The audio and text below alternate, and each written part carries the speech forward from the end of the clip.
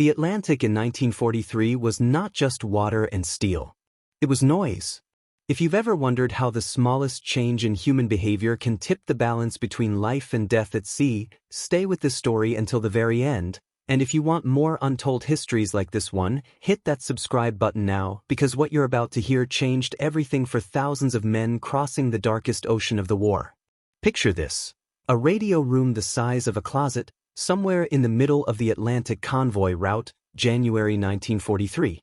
The walls are painted gray, the air smells like oil and sweat, and the single red bulb overhead casts shadows that dance with every roll of the ship. Inside, a 22-year-old radio operator named Jim Harper sits hunched over his transmitter, headphones clamped to his ears, fingers resting on the Morse key. He's been at sea for 8 months, and every night is the same. The ether is alive. Voices crackle through the static, British accents mixing with Canadian ones, American drawls cutting in, ship after ship checking in, calling out positions, asking for weather updates, requesting course corrections. It never stops. The radio is always talking, always humming, always there. Jim taps out another message, confirming receipt of an order from the convoy commodore. His wrist aches. He's transmitted 47 messages tonight alone, and it's only 0200 hours. Outside, the North Atlantic wind howls against the hull, but inside, the loudest thing is the chatter. Signal after signal, broadcast after broadcast, the whole convoy lighting up the night with radio waves, shouting into the dark like men trying to reassure each other they're still alive. And maybe that's exactly what they're doing. 3 decks above, on the open bridge wing, a lookout named Eddie Frost stamps his feet against the cold. The blackout is total. No running lights, no cigarettes, not even a match. The sea is a moving void, blacker than the sky, and the only way Eddie knows there are other ships out there is the faint phosphorescence of their wakes and the occasional shadow that's slightly darker than the rest. He's supposed to watch for periscopes, for the white feather of a torpedo wake, for anything that doesn't belong. But mostly he watches the dark and listens to his own breathing. Somewhere down below, he knows, the radio room is busy. He's heard the stories from the operators, how the ether is crowded, how every ship in the convoy has something to say, how the Admiralty wants constant updates, constant communication, constant confirmation that the convoy is holding together. Eddie doesn't think much about it. He's a lookout, not a radio man. His job is eyes, not ears. But tonight, standing in the freezing wind with ice forming on his collar, he feels exposed in a way he can't quite name. Like the convoy is shouting into the darkness and something out there is listening back. 400 yards off the port beam, aboard the corvette escort HMS Bluebell, Lieutenant David Nash sits in the cramped HF/DF compartment, his own set of headphones pressed tight, listening for something different. High-frequency direction finding, they call it. Huff-duff, the sailors say. It's a game of electronic cat and mouse. German U-boats transmit too, sending contact reports back to Lorient or Brest, calling in the Wolfpack when they found a convoy. Nash's job is to catch those transmissions, get a bearing, plot it on the chart, and vector the destroyers toward the source before the U-boat dives and disappears. But tonight, what he's hearing most of all is his own side.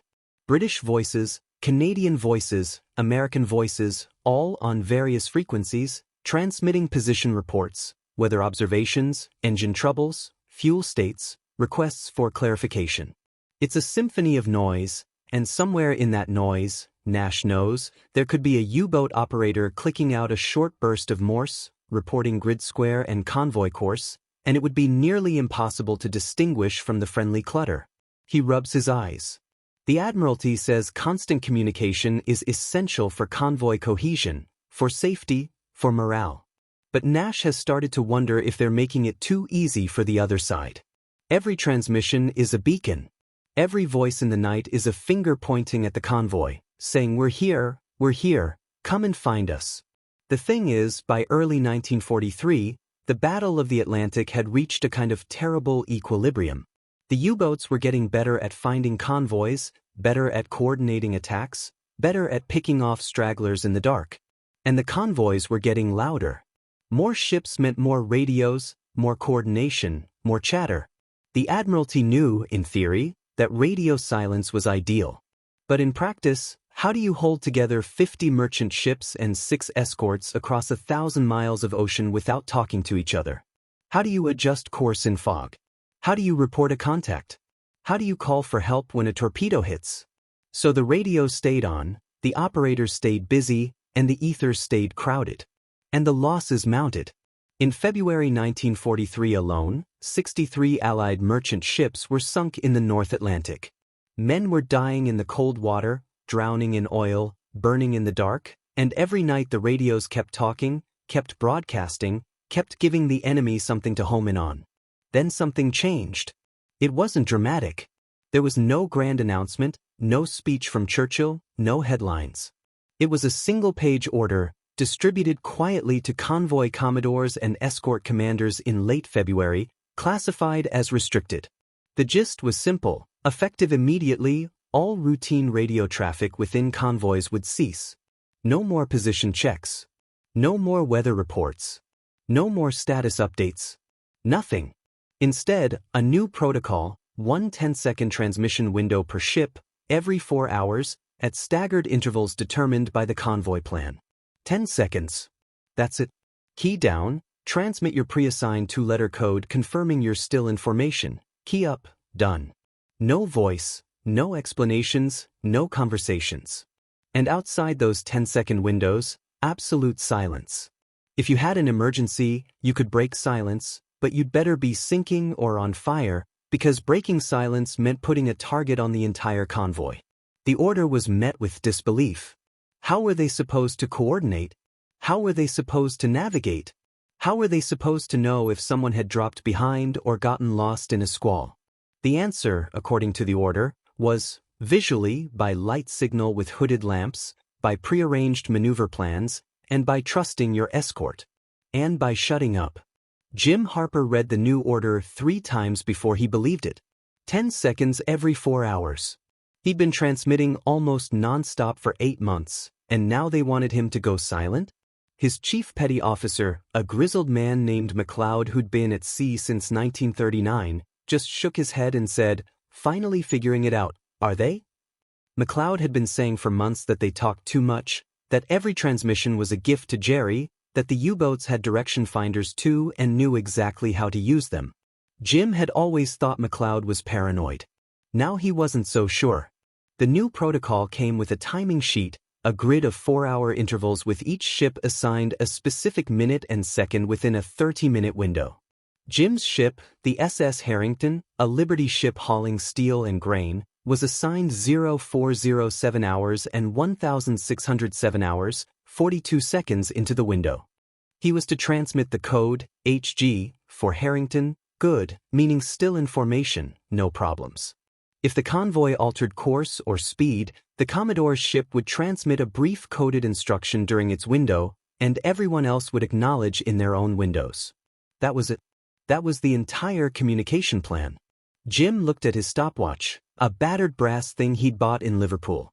10 seconds. He practiced in his bunk that night, clicking the stopwatch, tapping out HG on an imaginary key, clicking the stopwatch again. 10 seconds wasn't much. There was no room for hesitation, no room for a second guess, no room for anything but precision. Eddie Frost, up on the bridge wing, noticed the change immediately. The first night under the new protocol, 0200 hours came and went and the radio room stayed dark. No lights flickering under the door, no muffled chatter from the operators, no sense of that constant background hum that had always been there. It was just the wind and the sea and the creak of the rigging. At first it felt wrong, like they'd lost something vital, like the convoy had been struck mute and was drifting blind. But as the hours passed and Eddie kept his watch, he started to feel something else. The silence had weight. It had presence. Instead of talking, the convoy was listening. And in that listening, there was a kind of heightened awareness, a sharpness that hadn't been there before. Every sound mattered. Every shadow demanded attention. The convoy wasn't shouting anymore. It was stalking through the dark, every ship a ghost, every wake a whisper, and if the U-boats were out there listening for radio traffic, they were hearing nothing but static and the Atlantic's endless roar. Aboard HMS Bluebell, Lieutenant Nash sat in the HF/DF compartment during that first night and felt the difference like a physical thing. The ether was almost empty. The cacophony of friendly transmissions had vanished, replaced by an eerie quiet broken only by the occasional burst of German Morse from far away, probably a weather station or a U-boat hundreds of miles off. At 0407 hours, Nash heard a brief chirp on the convoy frequency, less than 10 seconds, so short he almost missed it. Then nothing. For minutes later, another chirp. Then another. Each one a tiny blip in the dark, a ship confirming its presence and then disappearing again into the silence. Nash plotted them on his chart, a constellation of 10-second stars, and realized with a chill how little they gave away. Before, a U-boat operator listening to the convoy could hear everything: positions, courses, problems, plans. Now, all they'd hear were a few meaningless coded letters, transmitted for mere seconds, impossible to direction find with any accuracy because the signal was gone before you could lock onto it. It was brilliant in its simplicity. And it was terrifying, because it meant every man in the convoy was now relying on discipline instead of communication, on silence instead of reassurance. The psychological impact was immediate. Jim Harper found himself obsessed with his stopwatch. He'd check it a dozen times a shift, making sure it was wound, making sure it was accurate, counting the seconds under his breath. At 0407 and 42 seconds, he had to be ready. Headphones on, key in hand, message prepared, no mistakes. If he missed his window, the convoy commodore would assume Harrington was in trouble or lost, and the escort might come looking, breaking formation, exposing themselves. So Jim practiced. He'd sit in his bunk during off hours and run through the sequence, check the clock, put on the headphones, adjust the frequency, wait for the exact second, key down, tap out HG, key up, done. He timed himself obsessively. 8 seconds. 9 seconds. 7 seconds.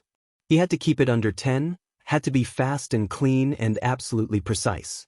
The other operators in the convoy were doing the same thing, he knew. Somewhere on 49 other ships, men were watching clocks and counting seconds and preparing to whisper into the dark for just long enough to say, "I'm here, I'm alive," and then vanish again into silence. Eddie Frost noticed something else too. The crew became quieter. Not just on the radio but everywhere. Men spoke less on deck, moved more carefully, as if the silence protocol had infected the entire ship with a need for stealth. The mess hall conversations were hushed. The engine room crew did their rounds with less clanging and banging. Even the cook, a loud Scotsman named McTavish who normally sang while he worked, started humming under his breath instead. It was like the whole convoy had taken a collective breath and held it. And at night, standing his watch, Eddie found himself counting down to the transmission windows, feeling the tension build as the minutes ticked by, then the brief moment at 0407 or 1607 when Jim's key would click in the radio room below, and then the release, the exhale, another 4 hours of silence ahead. It became a rhythm, a heartbeat, the convoy breathing once every 4 hours in 10-second gasps. March came in cold and rough. The convoy, designated HX-229A, was 42 ships strong, hauling war materials from Halifax to Liverpool, escorted by 5 corvettes and 1 destroyer. They were 12 days out, halfway across, in the black gap where air cover couldn't reach them and the U-boats hunted in packs. The sea was running high, gray mountains of water that lifted the ships and dropped them into troughs where you couldn't see the next vessel even at 100 yards. Jim Harper was on the midnight to 0400 watch, sitting in his red-lit radio room with his stopwatch in one hand and his headphones hanging loose around his neck. He wasn't supposed to wear them except during the transmission window, part of the new discipline, so he wouldn't be tempted to listen to the chatter that was no longer there. At 0407 hours and 30 seconds, he'd put them on. At 42 seconds, he'd transmit. Until then, he waited. The ship rolled, a deep slow motion that made his stomach turn, and something in the hull groaned, metal under stress. He checked the stopwatch. 0355, 12 minutes to go. He closed his eyes and tried to visualize the convoy, 42 dark shapes spread across 5 miles of ocean, all of them silent, all of them counting down, all of them alone together. On the bridge wing, Eddie Frost was seeing things. At least he thought he was. The darkness played tricks, turned waves into shapes, turned spray into periscopes, turned nothing into something. He'd reported 3 false contacts in the past hour, and the officer of the watch had stopped acknowledging him, just a grunt and a wave to go back to scanning. But at 0358 hours, Eddie saw something that didn't vanish when he blinked. A flicker of white, low on the water, about 200 yards off the starboard quarter. Not a wave. Too straight. Too deliberate. He opened his mouth to shout, then stopped. The protocol now was to report contacts by light signal to the bridge, not by voice, to keep the noise down. He fumbled for his hooded signal lamp, clicked it twice toward the bridge, the agreed-upon sign for possible contact starboard side. The officer of the watch swung around, raised his binoculars, stared into the dark. Eddie watched the white flicker again, closer now, and his heart started hammering. That was a wake. That was something moving, something paralleling the convoy, something that shouldn't be there. The officer of the watch didn't shout either. He grabbed his own signal lamp and flashed a quick message to HMS Bluebell, the nearest escort. Possible contact starboard quarter. Lieutenant Nash was in the HF/DF compartment when he saw the Bluebell's signal lamps winking in the dark. He couldn't read the message from where he sat, but he knew what lamp signals at this hour meant. Maybe. Possibly. He put on his headphones and started scanning frequencies, listening for any burst of German Morse, any U-boat calling in a sighting. The ether was quiet. Almost too quiet. Then, at 0401 hours, he caught it. A brief transmission, very faint, bearing roughly northeast. German procedure. He plotted the bearing, did a quick triangulation with the convoy's position, and felt his blood go cold. The transmission came from inside the screen, maybe 5 miles away, maybe less. A U-boat, almost certainly, and it had just sent a contact report. The wolf pack was being called. Nash grabbed the voice pipe to the bridge and reported the bearing, his voice steady even though his hands were shaking. The captain's voice came back, calm and clipped, acknowledged. Maintain listening watch. Do not break radio silence. Nash understood. Even now, even with a U-boat nearby, they weren't going to light up the ether with alarms and alerts. The escort would deal with it quietly, by visual signal and prearranged patterns, and the convoy would keep silent. It was the hardest thing Nash had ever done, sitting there with his headphones on, knowing the enemy was close, and not being able to shout about it. At 0407 hours and 42 seconds, Jim Harper keyed his transmitter and tapped out HG. His hands were steady, his timing perfect, 10 seconds exactly. He had no idea there was a U-boat nearby. He had no idea the escort was maneuvering to intercept. He had no idea that his 10-second transmission, brief as it was still a risk, still a tiny beacon in the dark. But it was so short, so fast, so deliberately minimal that any U-boat direction finder trying to lock onto it would get nothing useful, just a ghost of a signal, a flicker in the noise. Jim keyed up, took off his headphones and went back to waiting. Outside, in the dark, the convoy held together by will and discipline, 42 ships breathing in 10-second intervals, refusing to give the enemy anything more than whispers. Eddie Frost never saw the U-boat. What he saw, an hour later, was a sudden flare of light on the horizon, a brief orange glow that silhouetted the escorts for a moment and then went dark. Later, he'd learned that HMS Bluebell had dropped a pattern of depth charges on a sound contact and the Wolfpack, unable to coordinate because the convoy had given them nothing to home in on, had broken off the attack. One U-boat damaged, possibly sunk, the rest scattered. The convoy didn't lose a single ship that night.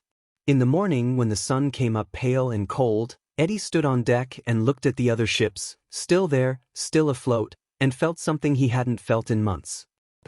Maybe this silence thing actually worked. The statistics would bear it out. In the 3 months following the implementation of the 10-second protocol across North Atlantic convoys, nighttime successful attacks, meaning hits that resulted in sinkings, dropped by 63% compared to the previous 3 months. It wasn't just the radio silence. Other factors played a role. Improved radar on the escorts, better training for the crews, more air cover at the margins of the gap, the breaking of new Enigma codes. But the radio discipline was a key part of it, a piece of the puzzle that naval intelligence analysts later called one of the most effective behavioral changes of the mid-war period. The U-boats were hunting by sound and radio intercepts as much as by sight, and when the convoys went quiet, the hunting got harder. The wolf-pack tactics depended on coordination, on U-boats calling each other in, on multiple boats converging on a convoy whose position and course were broadcast every few hours by its own radiomen. Take away that broadcast, replace it with cryptic 10-second blips that gave away almost nothing, and the wolf-pack lost its edge. The convoys were still vulnerable, still at risk, still crossing a dangerous ocean in the middle of a brutal war. But now they were crossing it like ghosts, silent and swift, and the hunters were finding fewer targets. Jim Harper never got used to the silence.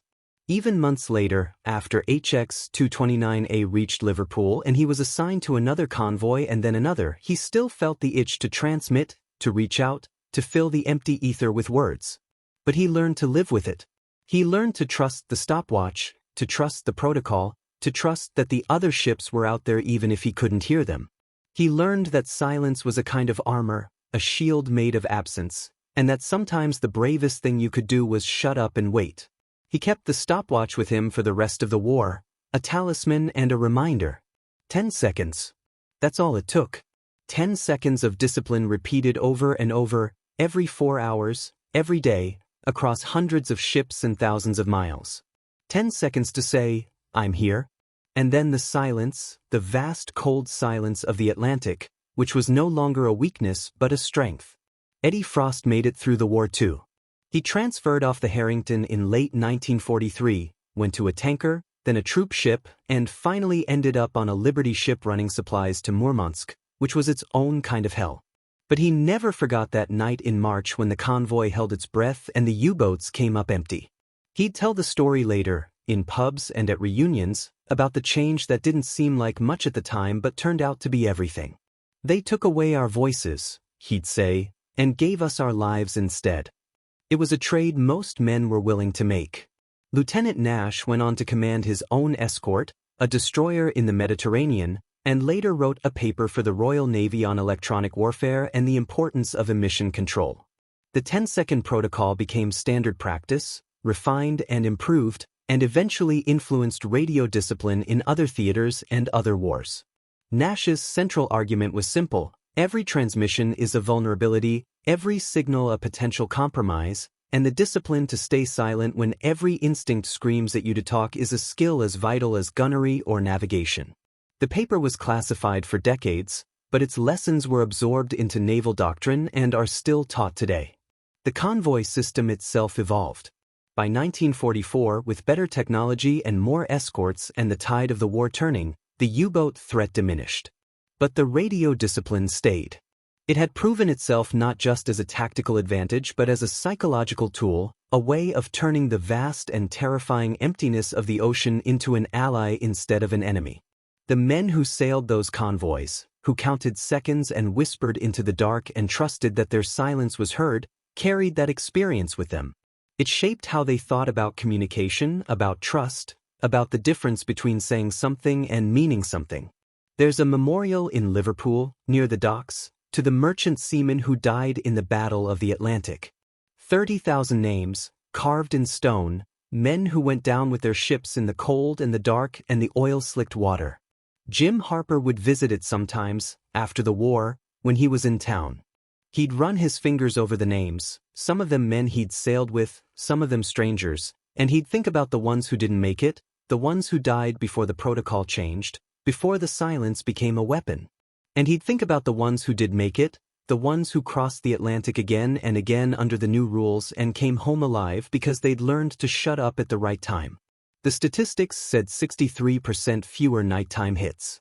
The statistics didn't say how many lives that translated to how many sons and fathers and brothers who walked off the ships in Liverpool or New York or Halifax and went home to families who never knew how close it had been, how many times the convoy had been hunted, how many times the 10-second whisper had been the only thing between them and a torpedo.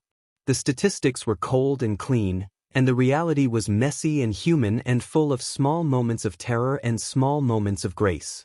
The stopwatch Jim kept, the brass one from Liverpool, eventually ended up in a maritime museum in Southampton. There's a small placard next to it that mentions the 10-second protocol and the 63% reduction in hits, but it doesn't tell the whole story. It doesn't talk about the weight of the silence or the discipline it took to maintain it or the way it changed the men who lived through it. History records the outcomes, the numbers, the strategic decisions. But the lived experience, the midnight watch in the red-lit radio room, the frozen hands on the bridge wing, the tension of waiting for the exact second to transmit, that's harder to capture. It's in the memories of the men who were there, and most of them are gone now, taking their stories with them. But the lesson remains. Sometimes the loudest thing you can do is say nothing. Sometimes the most powerful message is the one you don't send. And sometimes, in the middle of the ocean, in the middle of a war, 10 seconds of disciplined silence can mean the difference between coming home and disappearing into the dark. The Atlantic today is still vast, still dangerous in its own ways, but it's not the killing ground it was in 1943. The convoys are gone, the U-boats are museum pieces, and the radio silence protocol is a footnote in naval history. But the principle endures. In a world that demands constant communication, constant connection, constant broadcasting of every thought and position, there's something to be learned from those men who learned to be quiet. Who learned that sometimes the bravest thing is to wait, to trust, to let the silence speak for you. They crossed the darkest ocean of the war with nothing but a stopwatch and the discipline to use it, and they came out the other side with their lives and a lesson that's worth remembering. In the face of an enemy who's listening, the smartest thing you can say is nothing at all. And if that lesson resonates with you, if you want to hear more stories like this about the ordinary people who did extraordinary things in extraordinary times, make sure you're subscribed to this channel, because these are the histories that don't make the textbooks but made all the difference when it mattered most. Thank you for listening, and I'll see you in the next one.